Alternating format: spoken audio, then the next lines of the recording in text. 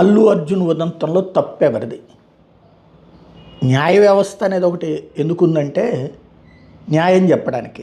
ఆ న్యాయం తనదైన కోణంలో అన్నటువంటి కోణం కాకుండా ఒక చట్టము, ఒక వ్యవస్థ ఉంది కాబట్టి ఇప్పుడు ఎవరికి వాళ్ళు జడ్జిమెంట్ ఇచ్చేస్తున్నారు.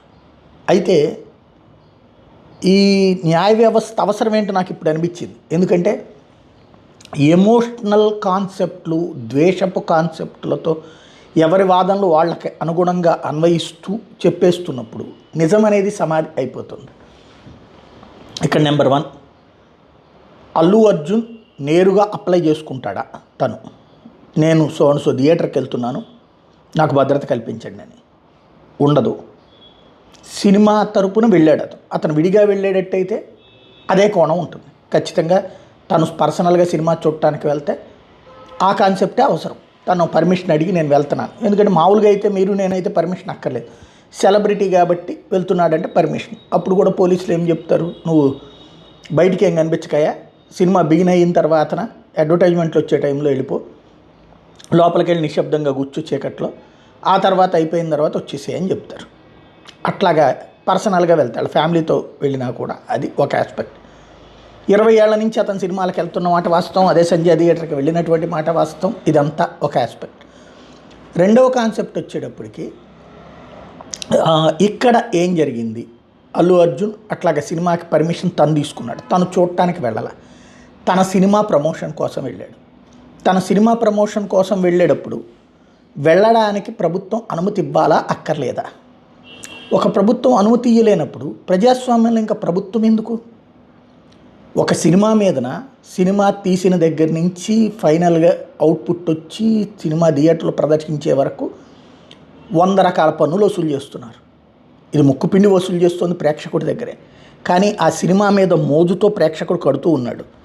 వీళ్ళే అక్కడ దానికి ముందున్నటువంటి బ్యాచ్.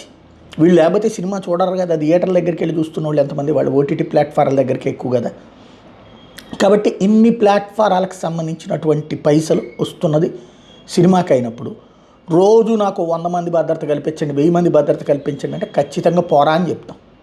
అలా కాకుండా అయ్యా నేను నా సినిమా రేపు రిలీజ్ అవుతుంది, ఇవాళ బెనిఫిట్ షో మీకు ముందే చెప్పా, మీరు పర్మిషన్ ఇచ్చారు కదా అని చెప్పేసేసి ఆ థియేటర్కి చూడటానికి వెళ్ళేటప్పుడు, లేదంటే ఒక షో పెట్టుకోవడానికి, ఒక భారీ కార్యక్రమం పెట్టుకోవడానికి, అంటే ఈవెంట్ ప్రీ రిలీజ్ ఈవెంట్లకు కానీ ప్రభుత్వాలు సెక్యూరిటీ ఏర్పాటు చేయడం వాటి బాధ్యత కాదా?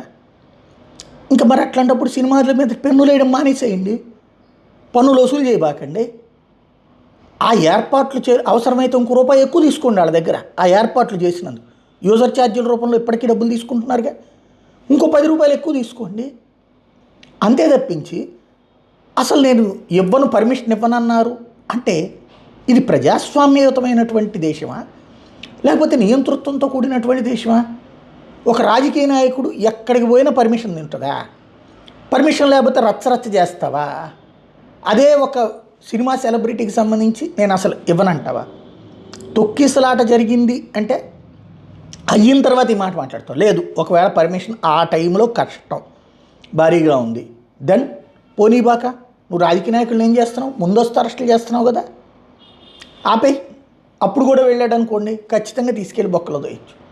అంటే మనం జెన్యూన్గా ఆలోచిస్తే ఒక రూట్లో కనబడుతుంది. అలా కాకుండా అల్లు అర్జున్ మీద ద్వేషంతోనో లేకపోతే రేవంత్ మీద ప్రేమతోనో ఆలోచిస్తే మరొక కోణంలో కనబడుతుంది.